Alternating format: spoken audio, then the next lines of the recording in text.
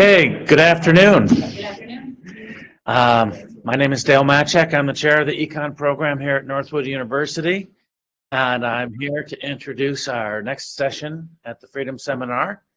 For those of you that weren't here this morning, we had a fine presentation on some of the international aspects of economic freedom and development, and we're going to continue with that theme here this afternoon.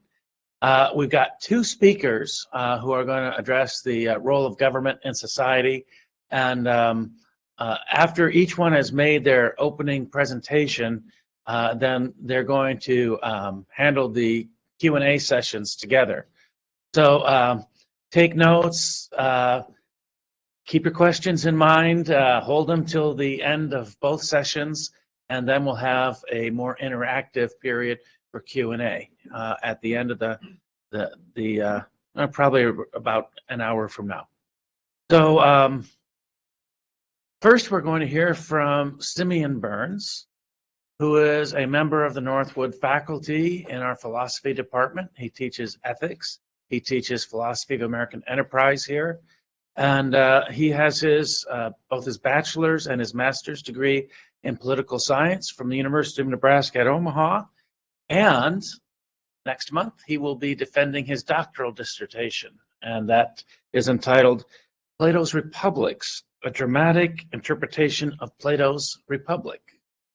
As he told me just a minute ago, that's a title that eggheads will love. Maybe some of you have read The Republic, I don't know.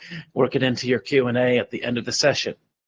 Our other speaker is the illustrious Dr. Alexandar Tokarev. He's been a teacher at Northwood's faculty for many years. As you all know, an enthusiastic supporter of individual liberty and free enterprise. You heard a little bit about him if you were here this morning. Let me repeat. He grew up in Bulgaria under a communist system.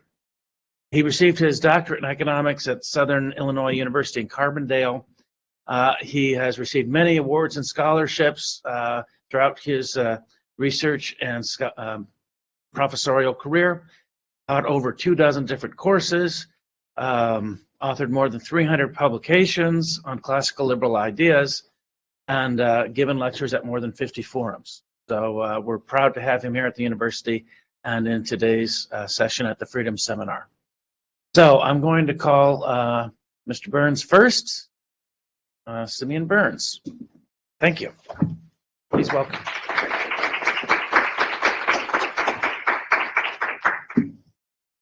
Thanks, Dr. Matchek. So the title of my talk today is The Origin, Persistence, and Function of the State. And I plan on this being sort of a nice general but critical survey of these themes of origin, persistence, and function of the state.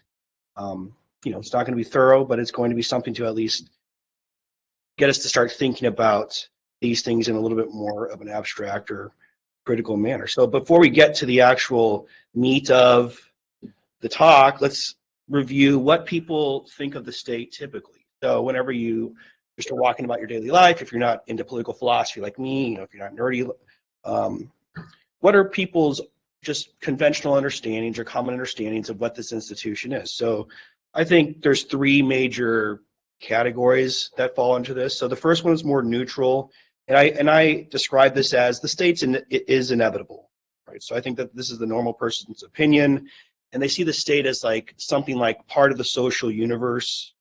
It's part of like the given state of existence. It's like the weather, just there. Can't really do anything about it. Whenever it starts to act up, you just kind of have to accept it and deal with it. So it's always there. But for the most part, it's relatively inconspicuous until you come into direct contact with it. And then you get these reminders of like, oh yeah, this thing exists.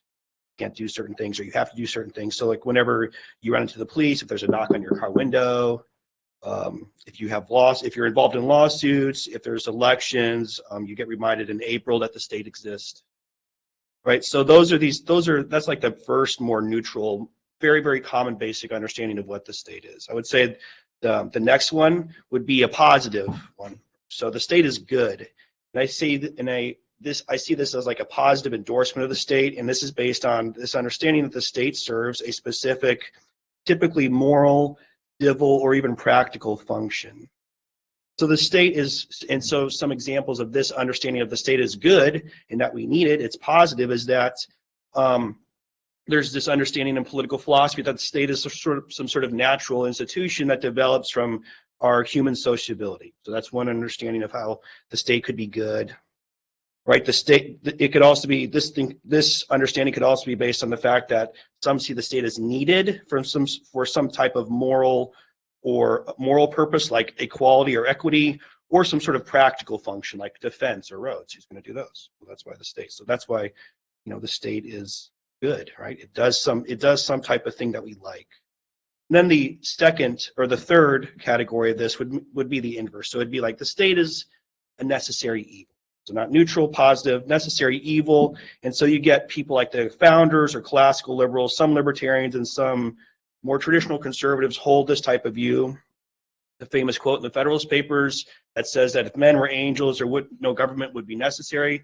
That's kind of what this is talking about. And so what this means is that the state is some sort of institution that needs to be around socially because there is a deficiency in our nature that it sort of makes up for and compensates for.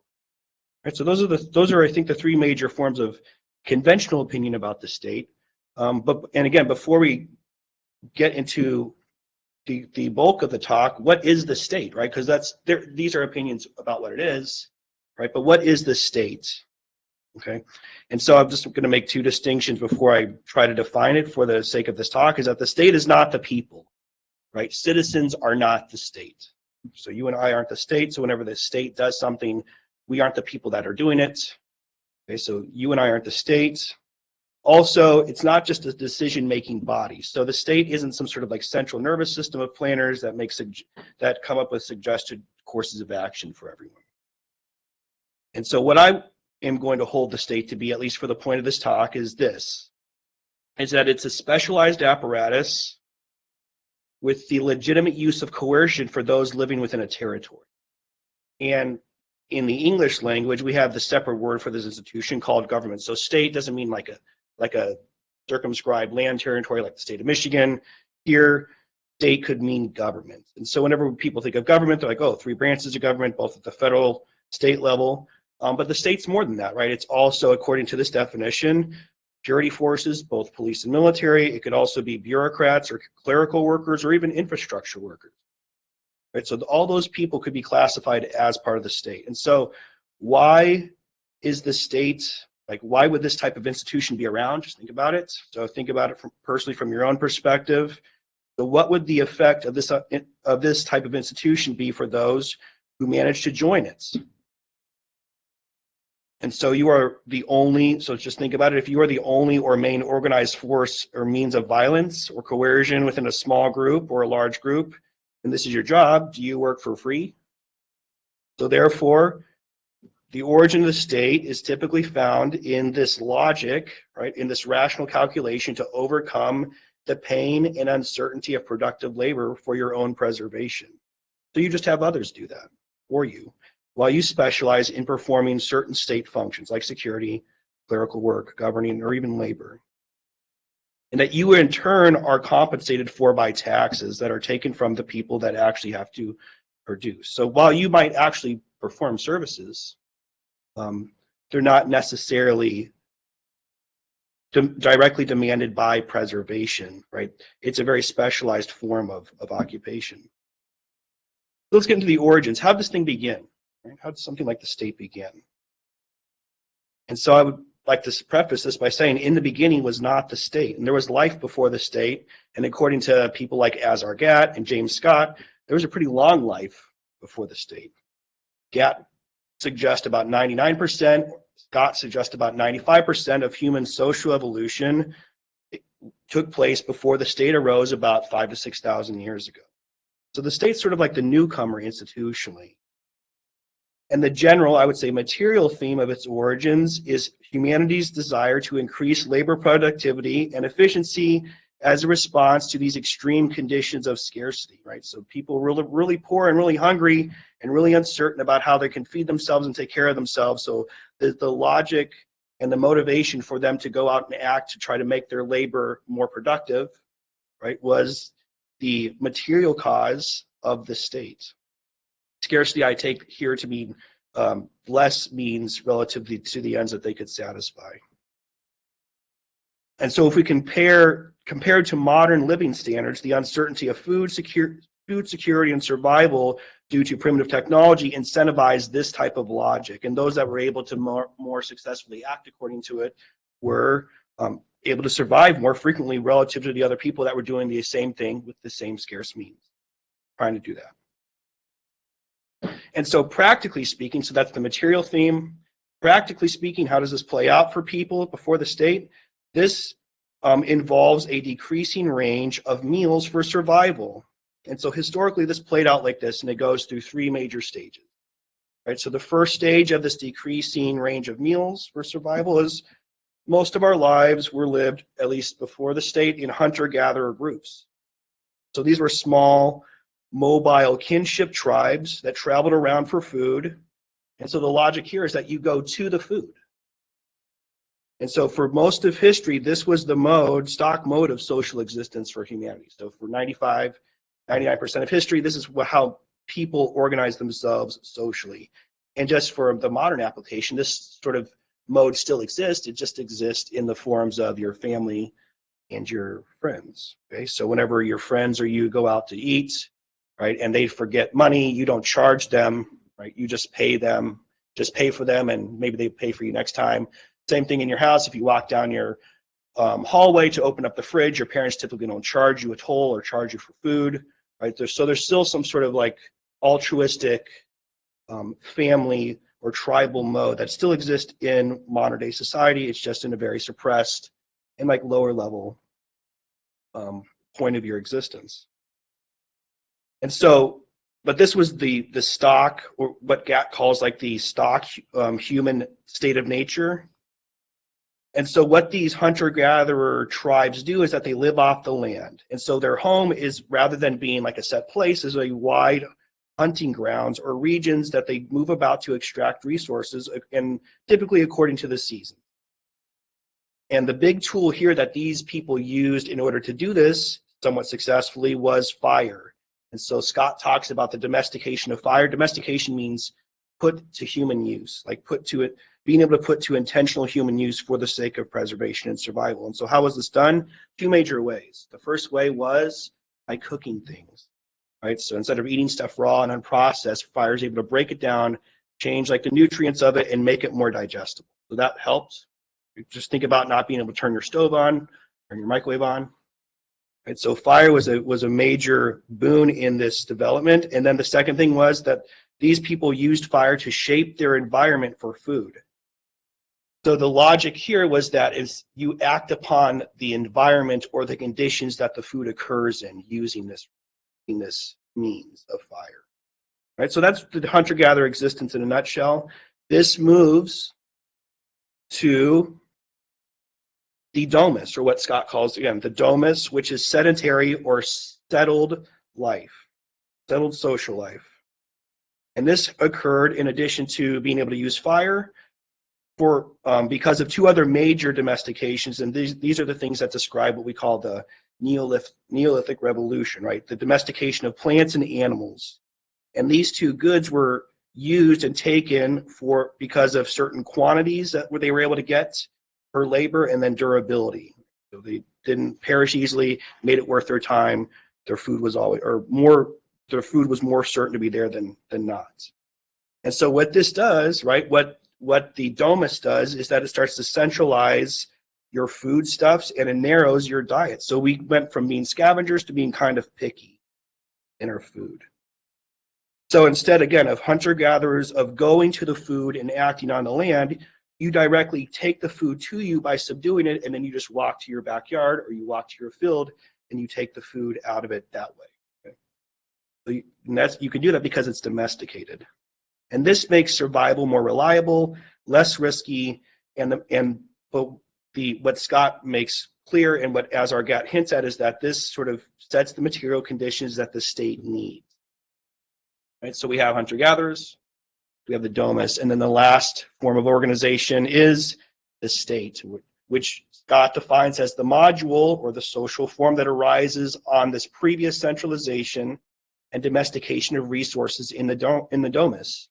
So this was able to produce some type of surplus because you were marginally more productive, right? You didn't have to expend as much labor in order to feed yourself, and all the food was right there. So you were able to have some sort of surplus that the state is now able to come in and be parasitic upon and take for itself.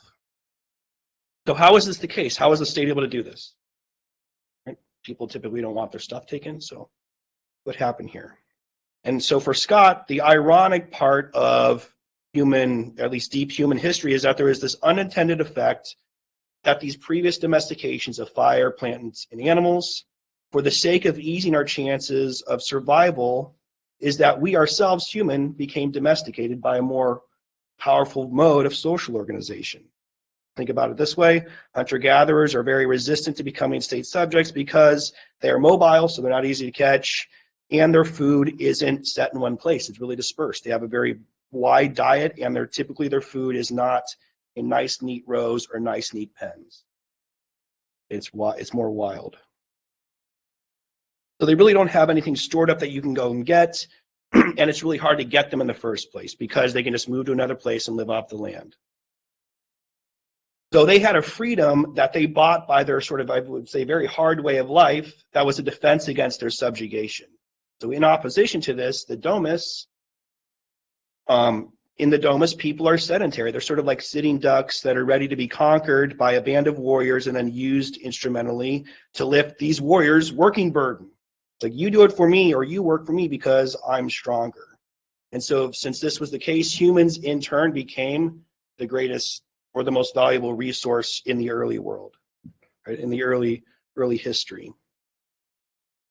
So that's the origins. It goes through this three-part stage, and it's all due to the sort of the increasing efficiency or the decreasing range of a meal for someone, right? There's this logic, and this is also, and again, this is a thing that is sort of adequate to surviving relative to other people that don't do this, right? So there's not a lot of hunter-gatherers around. They're sort of relegated to the most extreme parts of the world, and most, places that have a very harsh climate.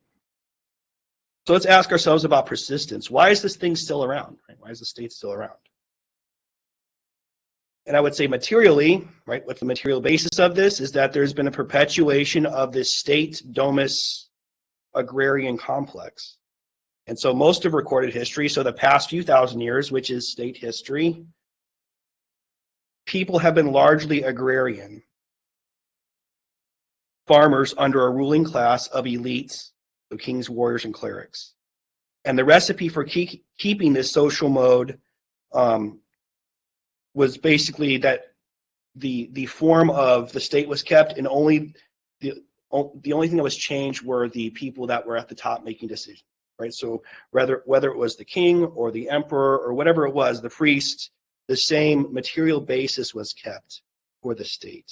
And this was basically able to keep people corralled because their food sources were narrow and centralized, and this was able to keep them dependent and stationary, which is the way to control people easier.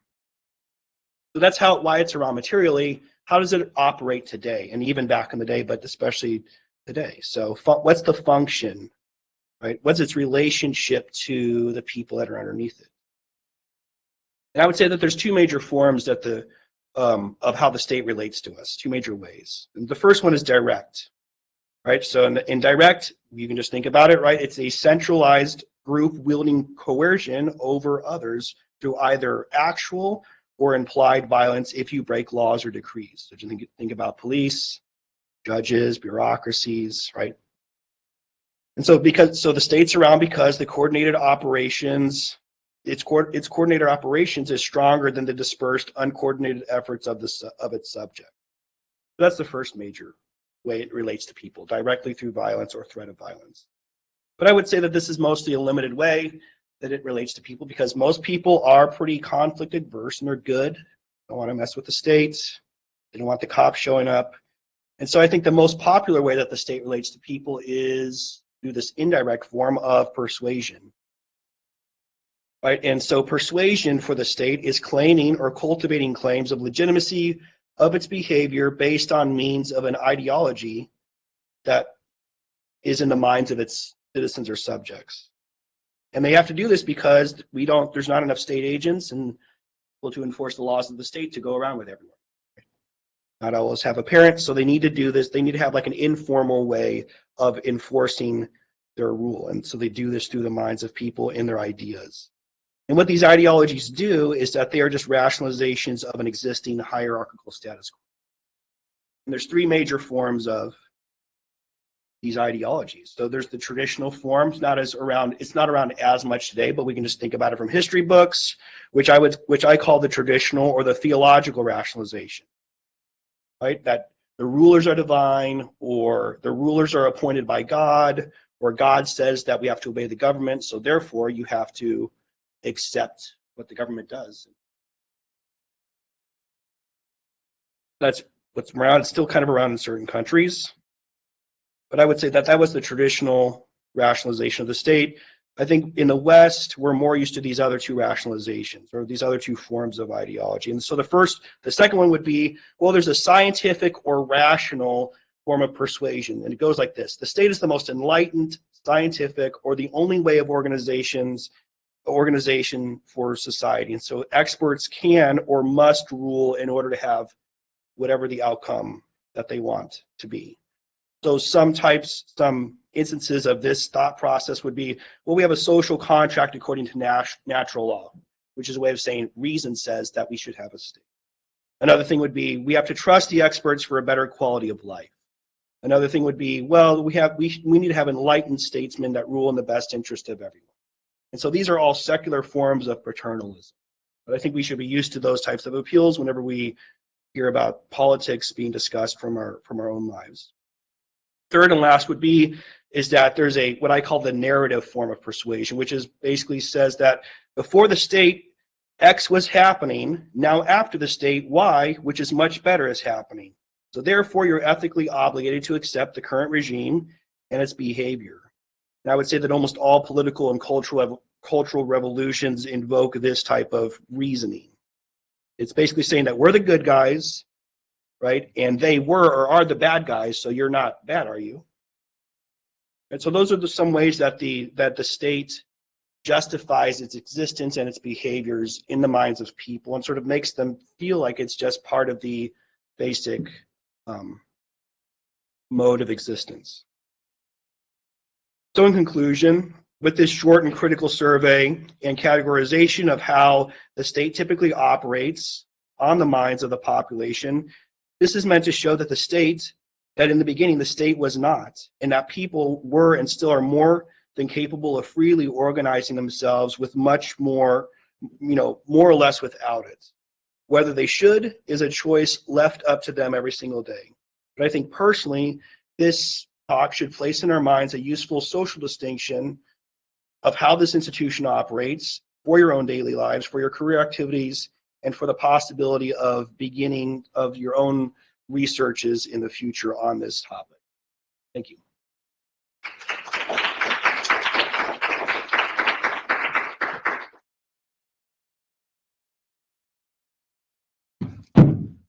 Okay, so we learned what the state is.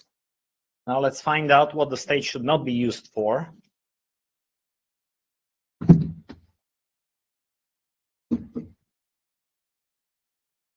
Like the picture? Okay. Incentives matter.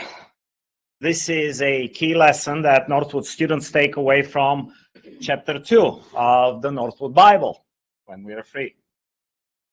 It is presented by a former chair of our economics department, a founder of the McNair Center for Public Policy, and former president of the oldest libertarian institution, the Foundation for Economic Education. That's Dr. Larry Reed.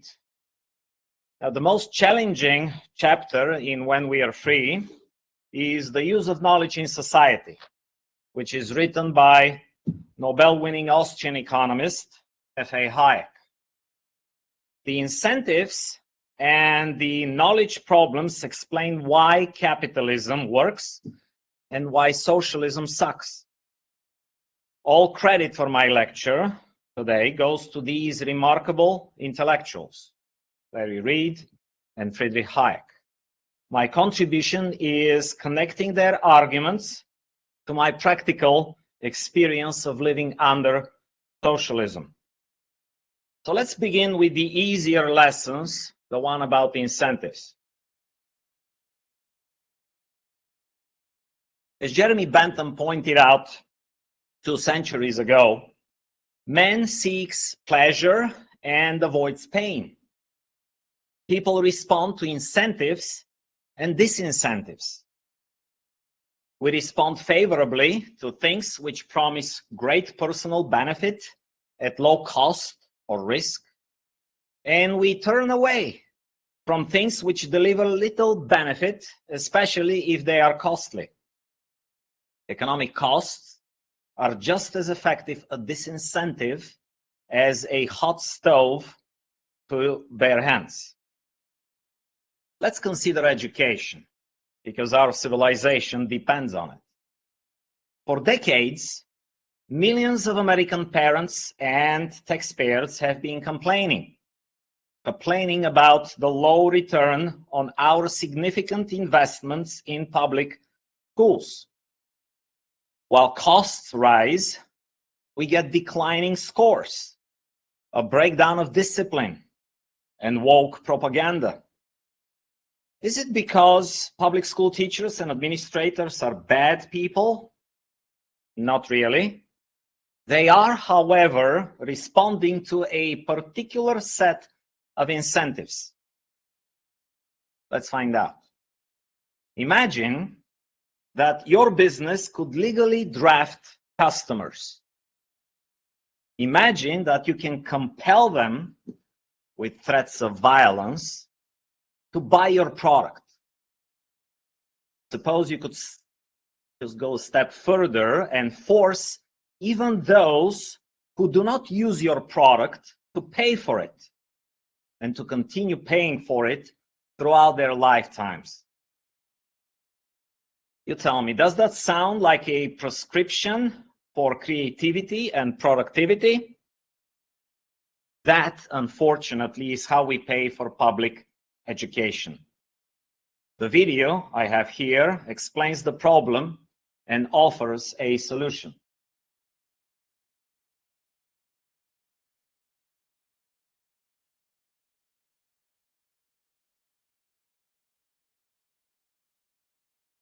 Fact: human capital is the most valuable resource.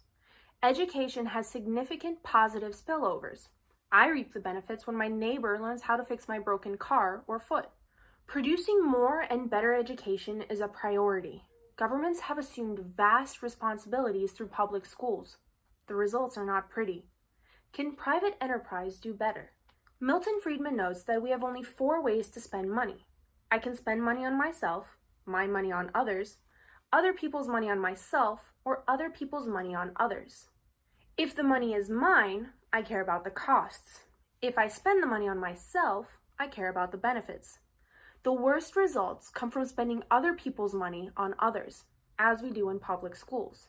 There are 7 special interest groups in education: the voter taxpayers, students, tenured teachers, untenured employees, unions, bureaucrats, and elected public servants. Most voter taxpayers are rationally ignorant about how much of their money gets spent in education and what the results are. An individual vote carries the issue only in a tie. Ties never happen. Most children have no choice. They're happy to get less education. That's why snow days are so popular. Tenured teachers can't be fired for being mediocre. Untenured employees are demotivated by a system that does not reward effort, talent, or result. Unions protect the interests of their members by suppressing competition through campaign contributions and lobbying. Bureaucrats, unelected and unaccountable, seek higher income, better benefits, and job security. Just like the tenured teachers, their desires don't align with efficiency and efficacy in education. Politicians need votes. Campaigns are expensive. Unions spend a lot to get union-friendly candidates in office. Politicians must deliver results for their sponsors. America ends up with the worst public school system imaginable. The good news? Private enterprise and market forces can discard the waste while empowering poor parents and incentivizing great teachers. We start with vouchers, allowing the consumers to find the best product regardless of zip codes. This forces the producers to innovate in competition for customers. Vouchers shrink the power of unions, eliminate the need for bureaucrats, and remove politicians from the equation. Finally, we give everyone a stake in the game by turning all public schools into for-profit charters, all teachers into private shareholders, and all taxpayers into school board members. Okay, so why don't the DMV or the post office or any other government agency or private business which is funded with taxpayers' money deliver a better service? Because legalized and subsidized monopolies have no incentives to improve. Self-interest dictates that we pursue benefits along the path of least resistance. When you face no competition, when you are paid per hour spent on the job, you go through the motions with the least amount of effort. Why do industries and labor unions contribute heavily to political campaigns? It is never to promote better government for everybody. Such groups have an incentive to contribute if the expected returns in the form of special favors, such as protections against foreign competition or charter schools, subsidies for inefficient green energy scams, immunities for causing death and suffering from the use of COVID vaccines, etc., exceed the value of their contributions. After World War II, people started noticing that British and Swedish workers had become lazy. Why? Well, because the incentives to work had diminished. When these same workers migrated to America, they worked harder. Why? Because the incentives to work in America were greater than they were in Britain or Sweden, where taxes and subsidies for not working were higher. Taxes disincentivize the work, and welfare benefits, when they are generous, of course, disincentivize people from trying. What's the lesson here? Well, if one encourages something, one gets more of it. And if one discourages something, one gets less of it. That applies to work as much as it does to any other activity. Consider socialist countries like my native Bulgaria. You may have noticed we have a disproportionately high number of presenters today from that part of Europe. More than half were from that southeast corner of the continent, and half of them were from Bulgaria. It's good we don't have a diversity officer to enforce anything. Now, before 1989, most of the farmland in Bulgaria and other socialist countries, of course, was cultivated collectively. The output, of course, belonged to the state. There were some private plots, not privately owned, but privately controlled in a way, whose tenants, like my father-in-law, for example, were allowed to keep and even sell their produce in a market. Productivity on the private plots was dozens of times higher than that on the collectively farmed land. The following is a testimony from one of my students.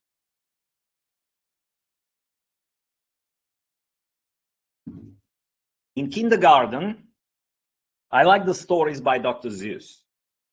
One of his books, The Lorax, is about a guy who finds a forest with trees which produce special fruits.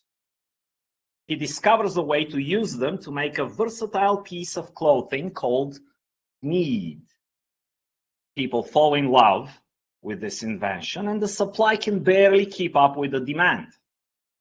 Soon the forest is all gone. Profit-seeking has trashed the environment.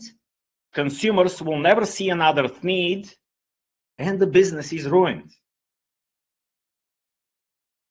Adults who remember the Lorax will tell you that it exposes the defects of capitalism. Of course, as John Stossel once observed, what we all know isn't necessarily so.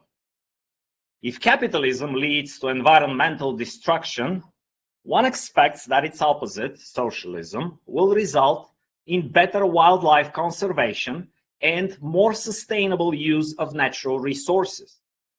However, study after study shows strong positive correlation between economic freedom and environmental health. I figured out the link between private property and conservation when I was 10. While we were spending our summer vacation in Bulgaria, my parents sent me to the grocery store to buy half a watermelon. It was packaged in several feet of plastic wrap. What a waste, I thought. 2 days later, I went to buy more watermelon, this time from the farmer's market. As I made my choice, I noticed that each piece had just enough wrap to preserve the fruit where it was cut. By early August, I had purchased more than 100 pounds of watermelon and noticed a pattern. Farmers conserved plastic wrap. Store employees wasted it. I asked my dad, an economics professor, why the former were more environmentally conscious. That's the wrong question, he said. Ask yourself, who owns the plastic wrap? The farmers buy their own supplies, so they economize on packing. Employees use the store supplies, so they economize on packing time. Incentives do matter. That was my first economics lesson. My dad pulled the Lorax from a box of things that I had outgrown. Read it again, he suggested, and tell me if you can find the cause of the deforestation. Did not take long to spot the connection between the thneeds and the watermelons. Everyone seeks the highest benefit at the lowest cost. If I reap the rewards from something without paying for it, I'll engage in this activity as much as possible. The guy who chopped down all the trees in the Lorax was no more a villain than the farmers who sold me watermelon were heroes. They all looked after their personal interest. The problem in Dr. Zhu's tale was that the thneed manufacturer did not own the land. He made money by turning trees into marketable goods. Had he left some of those trees unharvested, potential competitors would have taken them, capturing some of that market for themselves. The Lorax illustrates the tragedy of the commons. Communal ownership leads to poor stewardship. Like it or not, self-interest is an immutable feature of human nature. We care about things which belong to us, while public property is often neglected, overused, or polluted. Had the inventor of the thneed been the owner of the forest, he would have replanted. Under private ownership, the same entrepreneur maximizes profits with a sustainable business model.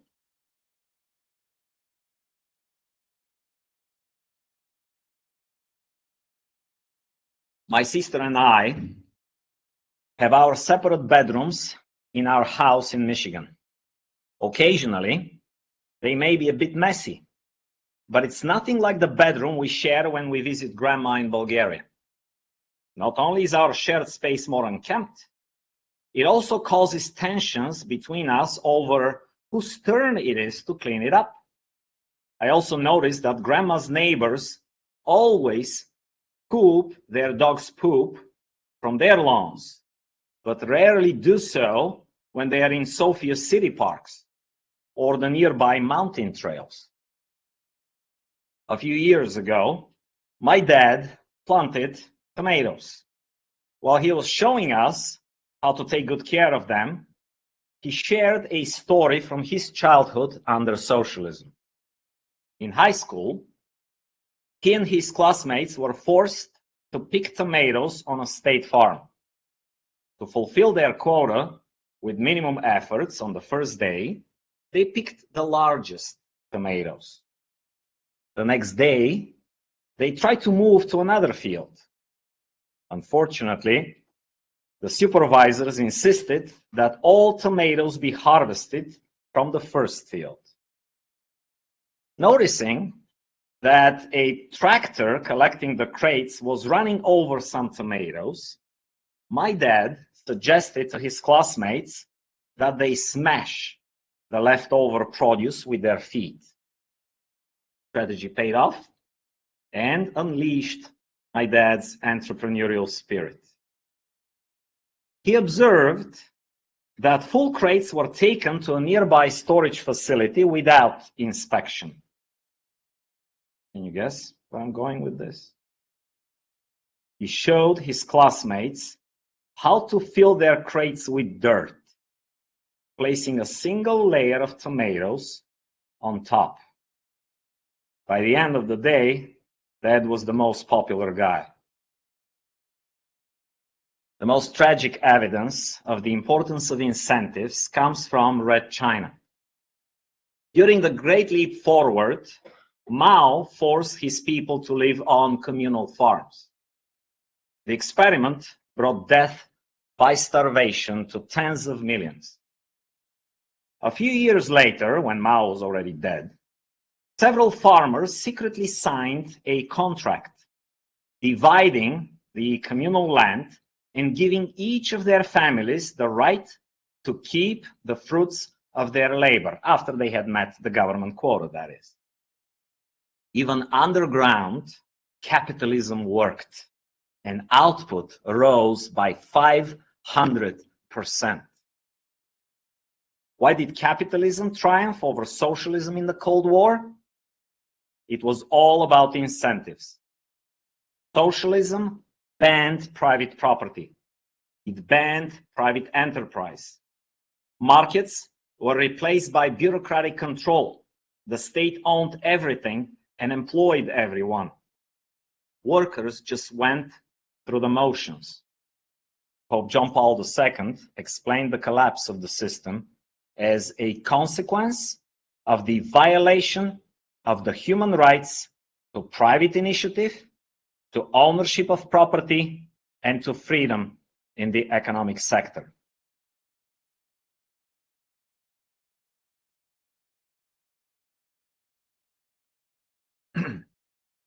Now let's turn our attention to the more complicated problem, the use of knowledge.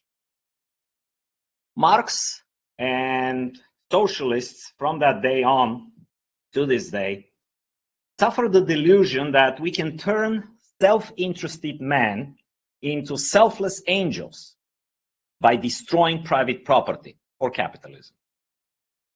Even if that were true, and it is not, socialism still fails. Why?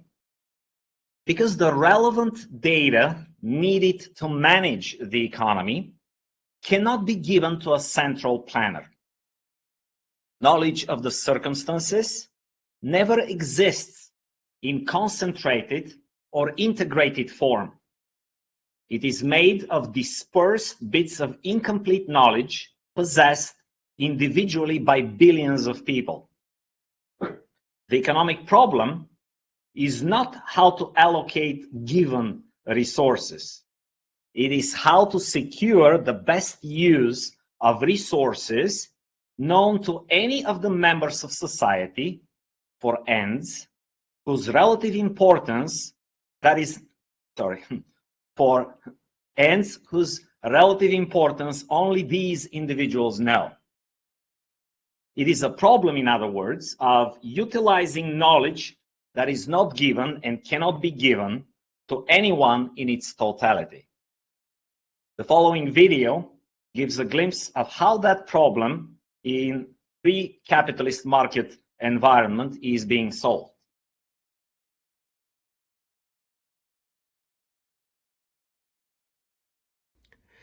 Here is a short list of the most common myths and misconceptions about capitalism. It's bad for the poor, bad for the environment, bad for our future, bad for our character, and bad for our freedom. The first claim is clearly absurd. Anyone can find out the truth by examining changes in global poverty rates from the past 250 years. Or you could look at the correlation between poverty and economic freedom for over 170 countries. The lesson is clear. Capitalism rules. Before the rise of the free enterprise system in England, 6 of your 8 children would die as infants and toddlers. When Marx became a socialist, capitalism had already flipped that number. At the birth of America, 9 out of 10 people on our planet lived in poverty.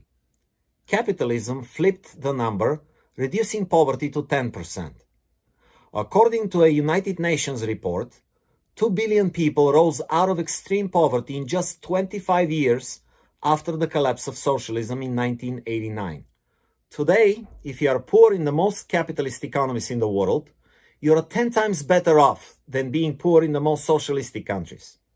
Free markets unleash the entrepreneurial potential of ordinary people, generating rising standards of living and decreased need for children to work. Capitalism brought dramatic increases in life expectancy and better education.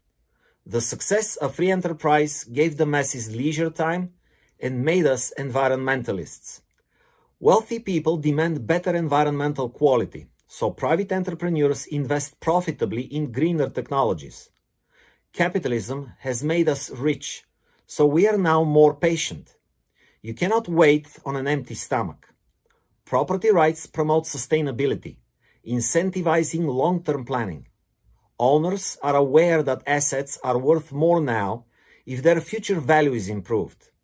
When the resources belong to you, your self-interest demands that you conserve them. Capitalism provides the freedom to pursue what you believe is good for you and also what's right for your community. Markets create incentives to be more virtuous and to serve others. Capitalism does not run on greed. Selfishness manifests in all systems. Human nature does not change.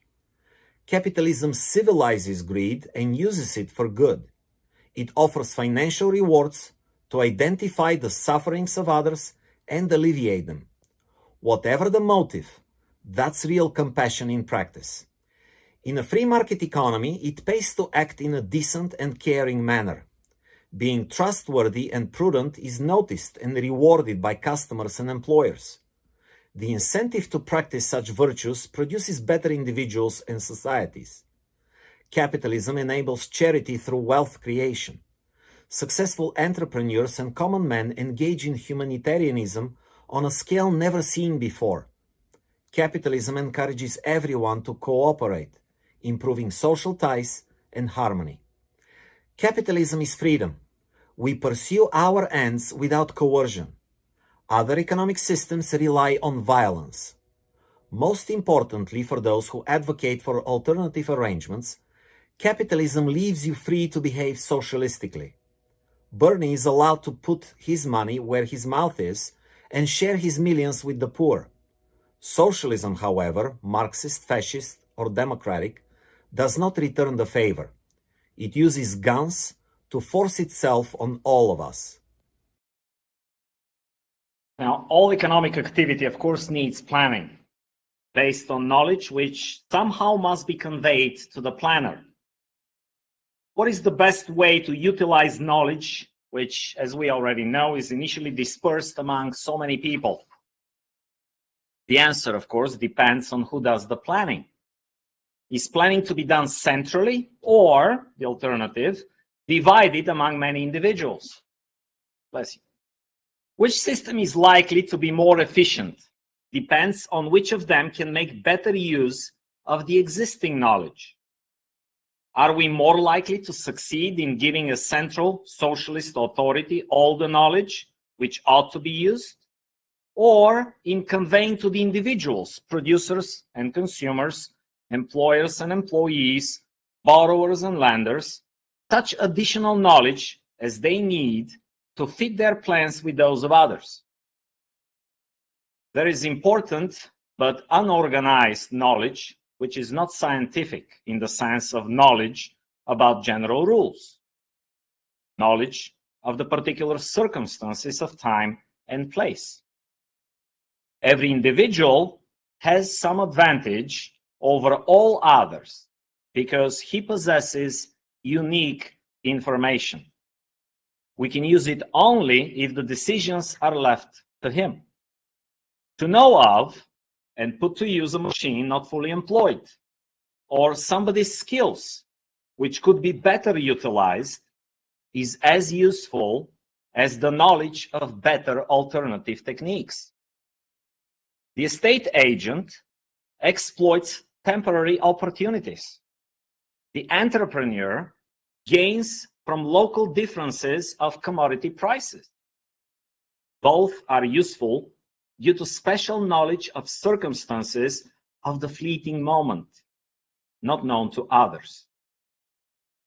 Economic problems arise in consequence of change. Socialists ignore the knowledge which, by its nature, cannot enter into statistics and therefore cannot be conveyed to the experts. Central planning based on statistical information cannot take account of such circumstances. To make efficient use of the scarce resources, we need a way for all economic decisions to be made by the man on the spot. The economic problem is one of rapid adaptations, changes. Decisions must therefore be left to the people who are familiar with the circumstances, who know of the relevant changes and the resources available to meet them.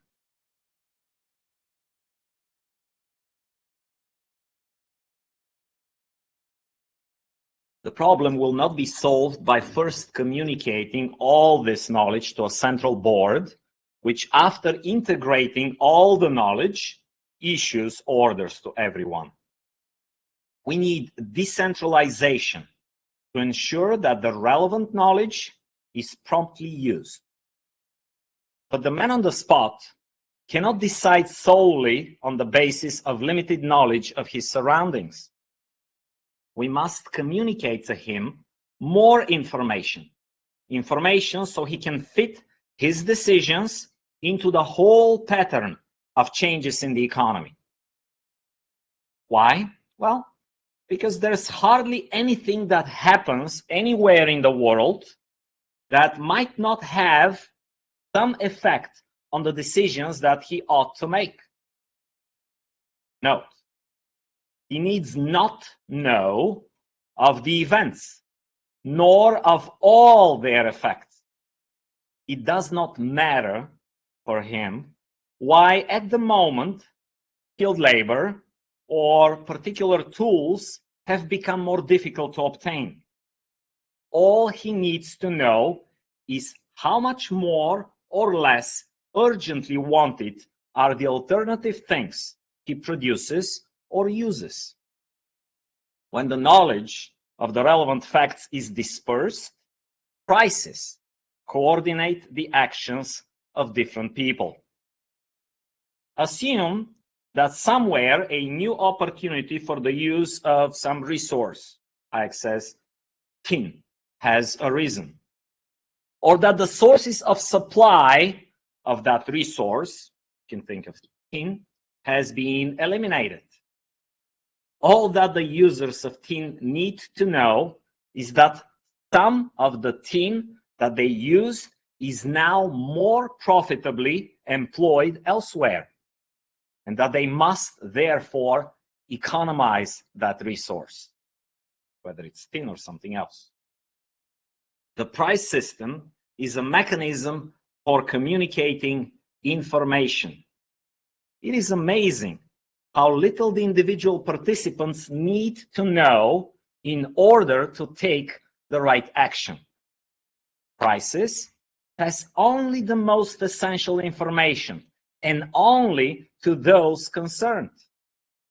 Individuals watch the movement of a few pointers and adjust their activities to changes of which they may never know much. In the case of scarcity of one thing, without government order, without more than a handful of people knowing the cause, millions of individuals are persuaded to use the material or its products more sparingly. In other words, they move in the right direction. If the price mechanism was the result of human design, says Hayek, if people understood how their decisions impact so many, that mechanism would be considered humanity's greatest triumph. Unfortunately, it is not the product of human design, and the people guided by it usually do not know why they do what they do. Socialists fail to comprehend how something can evolve without design to solve problems which we can't solve consciously. The real problem is how to utilize more resources beyond the span of the control of any one mind. The problem is how to dispense with the need of conscious control, how to provide incentives for the individuals to do desirable things without anyone telling them what to do. As Alfred Whitehead said, civilization advances by extending the number of important operations which we can perform without thinking about them. The price system is just one of those formations, which man has learned to use after he had stumbled upon it. Through that mechanism, we benefit from the division of labor. Prices allow for a coordinated utilization of resources based on divided knowledge. Socialists usually scoff at the suggestion that by some miracle, just that sort of system had spontaneously evolved, which is best suited to our civilization. They miss the point. It is the other way around. Man developed the division of labor on which modern civilization is based because he stumbled upon a method which made it possible. No one has ever succeeded in designing an alternative system in which you can choose your pursuits and use your own knowledge and skills in a manner that promotes not only your personal interest, but also the interests of a great society. Thank you.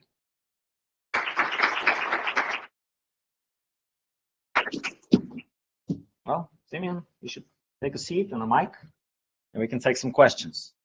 Is anyone monitoring the chat, the Q&A section? There are no? Okay, you guys didn't post anything? You can post now. We can take a minute break. We have enough time. You can post your questions. I'll give you a couple of minutes. Go online, go to the Q&A. You can do it anonymously. There is a box you can check if you don't want to leave your name. You can do it anonymously, leave a question, and then we can start.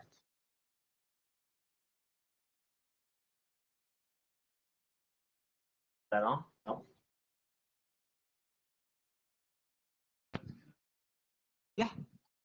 So you seem to be addressing a particular form of socialism, let's say centrally planned socialism. But how would you respond to somebody who says, well, of course, centrally planned socialism will not work. There's a knowledge problem. But that's not what we want. We want, for example, participatory socialism. For example, in Southern Europe and Yugoslavia, there was a very different form of socialism that was used. What about some of these alternative mechanisms that people have chosen, right? Worker co-ops and elsewhere, others. What has that got to do with knowledge and incentives? And Simeon, you can also address this as well if you'd like. If something occurs to you, you want to respond to it. Sorry, no, that's my response. The mute, okay. Press it one more time. Yeah, it was red. I pressed it once, and now it's off. Okay, yeah, we'll just share one. Is that working? Okay, perfect. Now, when I was growing up, by the way, in Bulgaria, we used to think of Yugoslavia as a Western capitalist country. That's because they had a sort of socialism, which was, in a way, somewhere between socialism and capitalism. It was still owned by the state, but they had allowed individual facilities, individual funds to have their managers and their workforce participate in the decision making, but it still collapsed. It still did not work. In the long run, all the socialist experiments failed. Now, to those who today in the United States would argue in favor of what they call democratic socialism, I would tell them, first of all, as a former Marxist, what you're doing is revisionism. You're not really a socialist if you're not advocating for the destruction of capitalism. If you're still going to advocate for people maintaining their property rights in things and then joining together and voting on how they're going to use that corporate property, then that's not real socialism. And I have no problem with you doing it with your own resources. I'm all for anyone like Bernie Sanders, if they want to live like socialists. Capitalism, as I said already, allows you to do it. So there's no problem in my mind of there has never been, to my knowledge, any barrier for these people to try socialism within a capitalist system. My problem is that when those people try to do it through either a bloody revolution or by voting at the ballot box, then they are imposing their system on me. There is no place for me or any of you who support classical liberal ideas, who support freedom, who support capitalism to survive as capitalists within a socialist system.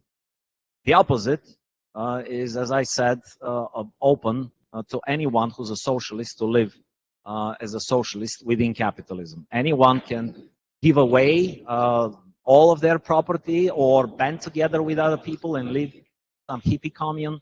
No problem with that. People have tried it here. We had New Harmony 200 years ago in Indiana, and that one failed within a few months. They've tried in many different forms, in many different cultures. Not a single one has ever worked as well as free market private enterprise capitalism.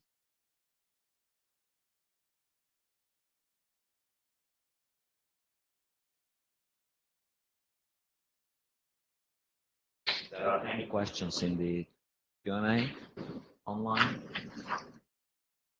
Why is free college education a terrible idea? I'm sorry? Why is free college education a terrible idea? Free college. Yes. Who's paying for it? It's a terrible idea. Any free thing is a terrible idea because this is a form of slavery. Okay? Someone must be forced to surrender a portion of their life, a portion of their work, the fruits of their labor, to somebody else. This is the relationship between a slave owner and the slave. Okay? Whether it's a direct form of slavery or whether it is something that utilizes the coercive apparatus of the state, which Simeon explained so well in the first part of the panel, to my mind, it does not matter. Okay? Slavery is slavery. Slavery is any time that someone is forced to work for the benefit of another.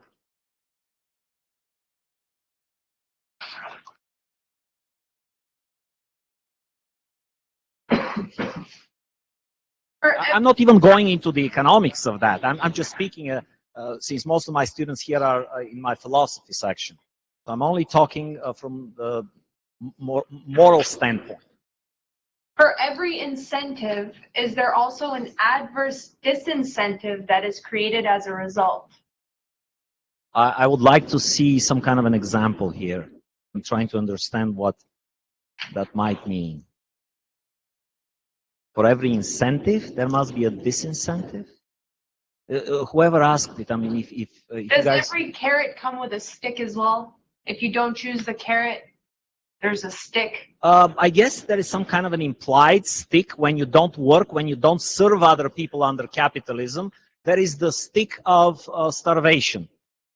But I think most people, when they engage in a free market, private enterprise, capitalist economy, they're mostly thinking of the carrots.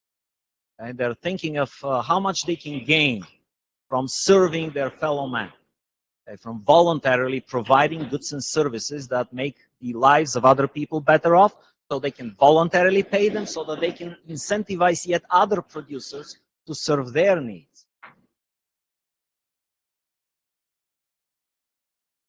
Does Professor Burns have anything to add? Very, very thorough. Can socialism and capitalism work together? For example, a salesman that makes an hourly wage that is just enough to survive, but if he puts more work in and more time, he makes a commission on every sale he makes, allowing him to surpass his coworkers. Could we implement this into everyday activities? Can they work together? Well, one is, as I explained, there is nothing wrong with you if you choose to live socialistically, voluntarily associating with other people. Just give up your control over your things. And in that small community of voluntary members, do it this way. So, yeah, a socialist economy can, as I said, easily survive, probably not thrive, but easily survive in a capitalist economy for a time. But since the usual way of socialism to be established is coercive and capitalism is voluntary, I don't see how you can have both of them at the same time. I did not see the socialism in that example. I may not have been paying enough attention, but I could not understand what was socialistic about it. Two things to add. I think there might be a confusion of terms that I think Dr. Alex is talking about. At the systemic level, it's really hard to have public ownership of the means of production and private ownership of the means of production in an absolute sense. But people like Mises and some of the older Austrians talked about you could have islands of socialism within like a sea of capitalism. So you look at things like public schools or public infrastructure, things like that. You can have socialistic enterprises that take place within a context of price calculation and the forces that produce that, which, like Dr. Alex says, are sort of just individual actions that are aggregated. So in that sense, you could have a combination of the two, but in an absolute sense, I think that they seem to be very mutually exclusive. In the literature, in the IPE literature in political science, there's an understanding of what we have nowadays, like the people in the morning session talked about, where they were talking about, well, what's the view on the ground in these different Central American countries, and it's generally understood in the IPE literature that the post-World War II liberal order is called an embedded liberalism, whereas sort of it's the synthesis between sort of 18th and 19th century classical liberalism at the individual level within a context of regulation, like that the state has to sort of like lay the basic ground rules, and then also there might be some sort of like equitable, at least the pretext of of trying to have some sort of equitable redistribution of wealth. But for the most part, people are largely free to do whatever they want with the money that they get to keep, right? Not that they completely earn because the government takes it, but that they get to keep.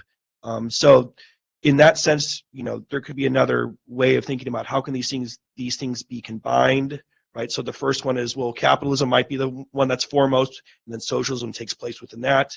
And then there's this alternative understanding with this embedded liberalism concept that, well, it's actually, I don't want to say socialist, but it's actually a government more or less regulated economy, but they allow a relative amount of personal economic autonomy within that scope.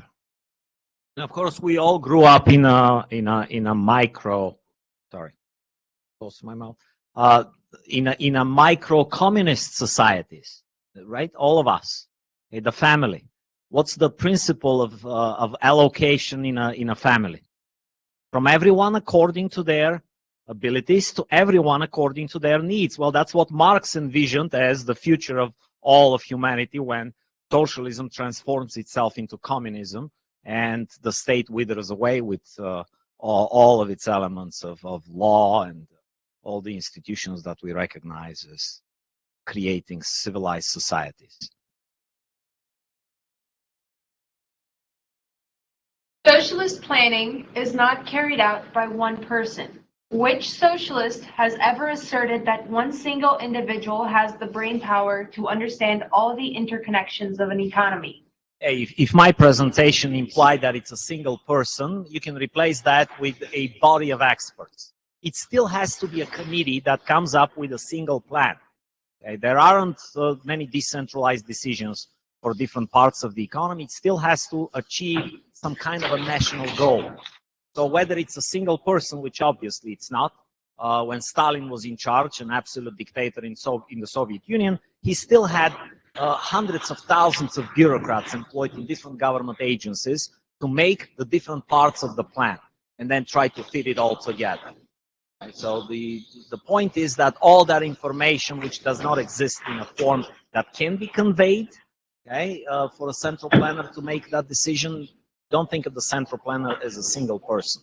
Okay, think of it as a body of experts, the bureaucrats, the people in the Ministry of the Economy, or of the heavy industry, or of agriculture.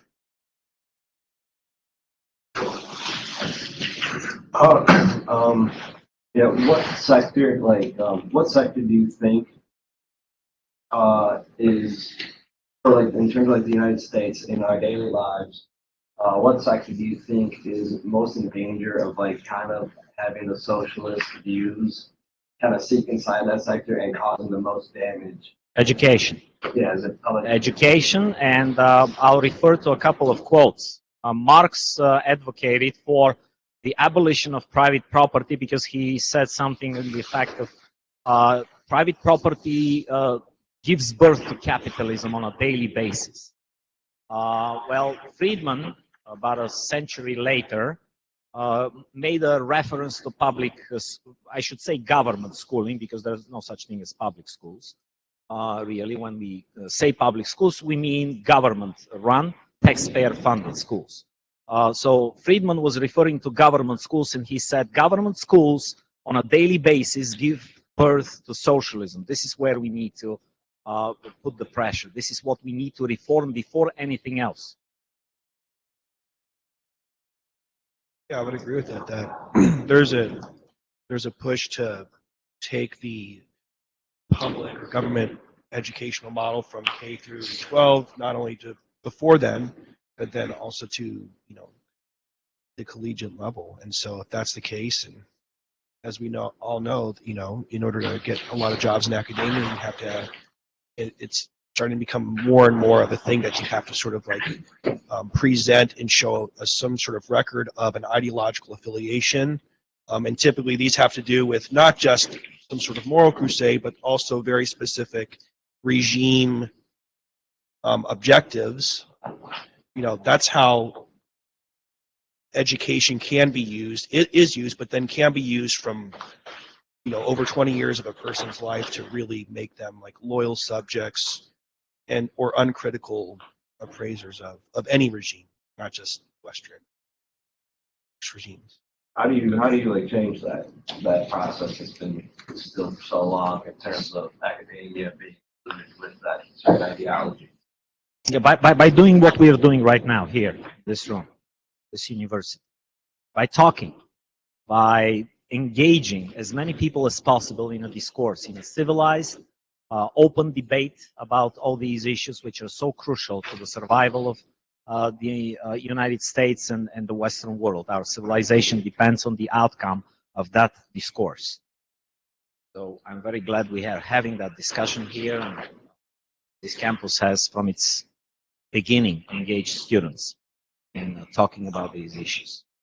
There was another question. Yeah, Anthony asked. I was just wondering what a solution would look like. Okay. Yeah. Well, the video that we watched, the first videos, was talking about some ideas, and these are not new things. Again, Milton Friedman pushed for these things some 60 years ago. Okay? Vouchers, empowering the customer, okay? Instead of sending the money that's forcefully taken from us sending the funds to the parents in the form of vouchers that they can use to fund the education of their children in any school of their choice. Do we have more questions? China's economy is growing at a fast rate. What do you think will happen to China with their socialist economy in the future? Oh, first of all, China's economy is mostly capitalist. Okay? Economy is mostly capitalist. They were extremely poor, as I already mentioned. Tens of millions of Chinese people starved because of socialism. It's only when Mao died and his place was taken by Deng Xiaoping, who was, by the way, persecuted for not being very orthodox in his Marxist views. And when those farmers that I referred to decided to try capitalism, and when their productivity soared and Mao found out about this, he said, don't touch them, don't imprison and murder them, let other people try the same, and let's see if we can save the agricultural sector in this way. He was hated by Mao, Deng Xiaoping. My comparative economics students know about it. Mao hated Deng Xiaoping because he was saying, I don't care what color the cat is, white or black or spotted, as long as the mouse catches mice. Okay? So Mao allowed the people in China, first in agriculture, then in small manufacturing, then in many other bigger corporations, to gradually introduce capitalism. Now, if you had asked me that question about a decade ago, I would have been very optimistic about China. I'm no longer that optimistic. I was too naive to think that once capitalism produces its magnificent fruits, that would be enough to undermine the political socialist system. And the Communist Party of China will give up the way that Pinochet, for example, in Chile, gave up his dictatorial powers and brought back democratic elections, and people in Chile had thrived by the time he retired. So I was hoping that China would follow a similar path. I am no longer confident that this is going to happen. Not in the near future, at least. The way that the Chinese party is cracking down on all kinds of freedoms, including economic freedoms, is scary. And because of capitalism, their economy grew so much that they are now on their way to become the largest economy in the world, and thus capable of supporting the largest army in the world. And these people are not driven by any concerns for human rights. These people are going to abuse that huge potential, economic potential, to establish military dominance in their region and maybe the whole world. So things are changing so rapidly that I'm reevaluating my my thinking from a decade ago. This is another example of maybe a confusion of terms of how a state can be absolutely one thing or another, whereas, you know, like Dr. Alex is sort of getting at, is that states, at least modern states, especially after the Cold War ended, are seem to be very able to capture the positive externalities of the free market while staying very, very entrenched. So this is, I think China's a great example of them being officially communist, well, they're a state, you know, and not having direct administration and you know, and control over the means of production, but while at the same time being able to completely maintain a monopoly of political power and ideological power in that country by just sort of capturing the wealth and the benefits of free trade with other countries and using them for their own political purposes. So it's again this merging of these systems of, you know, freedom or liberalism and more socialist understandings. We have time for one more question and then 10-minute break before the movie. So in capitalist society, we understand that like sustainability is 100% going to like be beneficial for individuals, and it works in capitalist society because of things like private property and market forces, as you mentioned through like things like the Lorex and even like through the Treasury economy, right? Yet we continue to see ecological and individual human disasters and exploitation. So we see things like BP oil spill. We see things like people leaving satellites out in space to completely ruin like potential space launches. We see things like East Palestine, where we have the commons in the railroad. How would one in a capitalist society go about privatizing things like the ocean, the air, the railroad system, so that we can... Or space, as you mentioned, yeah, space junk left by thousands of spacecraft. Exactly, so that we can continue to be like sustainable in that approach is that more and more businesses are apt to continue sustainability in places like the commons. Excellent question, like all the questions you're asking in class. Thank you very much. I really don't know how. I can give a recipe. If it was easy to come up with a recipe, I'm sure that it would have already been implemented. I don't know how we can privatize everything. I'm sure that our guest speaker on the 16th of March, David Friedman, will have some interesting suggestions on that. So push him in class when he comes to your classroom, by the way, on Thursday of the 16th of March at noon. Everybody is invited. Come to, this is 105 in GSAB, right across here from this building. All the problems that you're pointing out are problems of the tragedy of the commons, of the fact that we have not been able to establish private property rights. How do we handle those? Well, for now, the best option is to enforce laws which prosecute people who are doing harm to the health and the well-being of other people by polluting. Okay? We have those laws in place, and we should be enforcing those laws more strictly.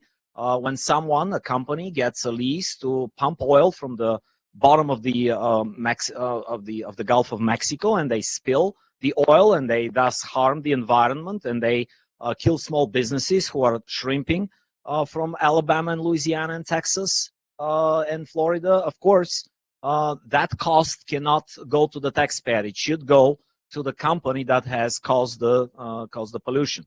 And a classical liberal recognizes the negative externalities of pollution, and those things must be internalized. Those externalities must find a way to go to and hurt the pockets of those people who are causing the damage. And we can continue talking during those 9 minutes break that we are left with.